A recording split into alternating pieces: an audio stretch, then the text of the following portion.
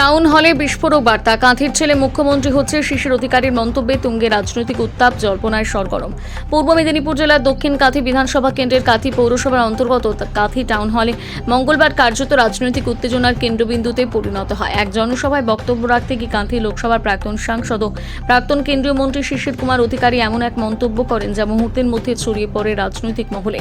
মঞ্চ থেকে তিনি স্পষ্ট ভাষায় বলেন, কাঁথির ছেলে মুখ্যমন্ত্রী হচ্ছে। এই এক বাক্যেই তৈরি হয়েছে জোর জল্পনা এবং বিতর্ক। তার এই মন্তব্য ঘিরে প্রশ্ন উঠতে শুরু করেছে, ঠিক কাকে ইঙ্গিত করেই বার্তা দিলেন তিনি। কথা বলা হয়ে গেছে, ইতিহাস রচনা হয়ে গেছে। সুরেশবাবু আমার পিছনে আছেন। আমি অন্য 3টে জায়গায় মিটিং শেষ করেছি, 3 জায়গায় আমার পিছনে উনি আসছেন আপনাদেরকে তিনি তার শুভবাণী দিবেন। আমি যে কথা আপনাদের কাছে বলি যে ভোট অনেক দেখেছেন, ভোট আবার একটা দেখবেন, আপনারা লিখে নিয়ে যান। সোমেনবাবু বলছিলেন যে সব ভোট লুট করে নিয়ে ছাপা মেরে নিয়ে চলে গেল, বাপের বেটা মাইকি লাল। এবারে শুধু একটা ভোট কেন্দ্রে এই কাণ্ডটা করতে দিন, তারপরে দেখবো এরা কে আমরা কে।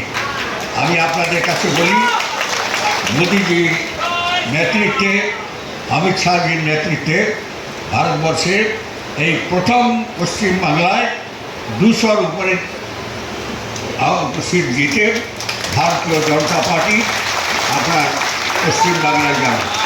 শুধু তাই নয়, আমাদের বুকের ভিতরে যে যন্ত্রণা আমার আপনার প্রত্যেকের আছে। মেদিনীপুর বারে প্রতারিত হয়েছে, অজয়টাকে প্রতারণা করা হয়েছে, সতীশ সামন্ত, কুমার জানাকে প্রতারিত করা হয়েছে, রাজবীর পাল, সুধীর দাস থেকে প্রমথ বন্দ্যোপাধ্যায়, প্রত্যেককে প্রতারিত করা হয়েছে। এবারে আপনার ঘরের ছেলে মুখ্যমন্ত্রী হবে এবং সেই আমি আপনাদের কাছে কাগজে আবেদন রাখি যে নিশ্চয়ই মোদীজির দয়ায়, অমিত শাহজির দয়ায় আপনাদের ঘরের ছেলে মুখ্যমন্ত্রী হবে এবং আমি আশা করি মেদিনীপুর তার ভিতর গৌরবভাবে ফিরে পাবে। আপনাদের জানা উচিত যে 22-23টা জেলা, অনেক পণ্ডিত এখানে আছেন, অনেক বিশ্লেষণ করেন। আজকেও রাজস্ব রেভিনিউ যা ট্যাক্স রাজস্ব রেভিনিউ আপনারা সরকারে দেন, সবচেয়ে বেশি ট্যাক্স দিয়ে আমরা মেদিনীপুর, পূর্ব মেদিনীপুর সবচেয়ে বেশি ট্যাক্স, ট্যাক্স খাজনা সবচেয়ে বেশি ট্যাক্স দিয়ে আমরা। আর আমার বন্দর 3বার আমাকে সুরেন্দ্রকে নিয়ে রফ ধরে দিলেন, বন্দর হচ্ছি ভাইয়া,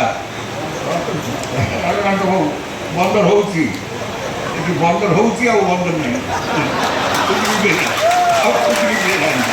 যাই হোক, আমি বলি সবচেয়ে বেশি রাজস্ব রেভিনিউ আমরা দিই এবং রাজস্ব রেভিনিউ দিয়ে তার রিটার্ন আমরা পাইনি, খুব অল্প রিটার্ন পেয়েছি। কাঁথি এগরা রাস্তাটা 237 কোটি টাকা টেন্ডার করে দিয়ে কেন্দ্রীয় সরকারের টেন্ডার হয়েছিল। প্রতিটা কথায় আমি আপনার বলি, টেন্ডার করে দেওয়ার পরে অধিকারীরা যায় বলে এ কাজ করতে দেওয়া হবে।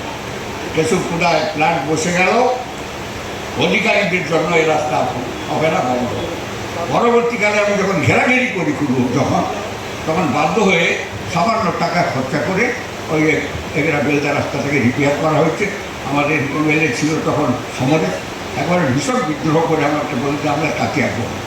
তা আমি আজকে আপনাদের কাছে বলছি, এই যে কলকাতায় সব ফ্লাইওভার ভেঙে পড়ে গেল, একটা জেলা, এইমাত্র জেলা পূর্ব মেদিনীপুর, পশ্চিম মেদিনীপুর, আমাদের কাঠের ব্রিজ আছে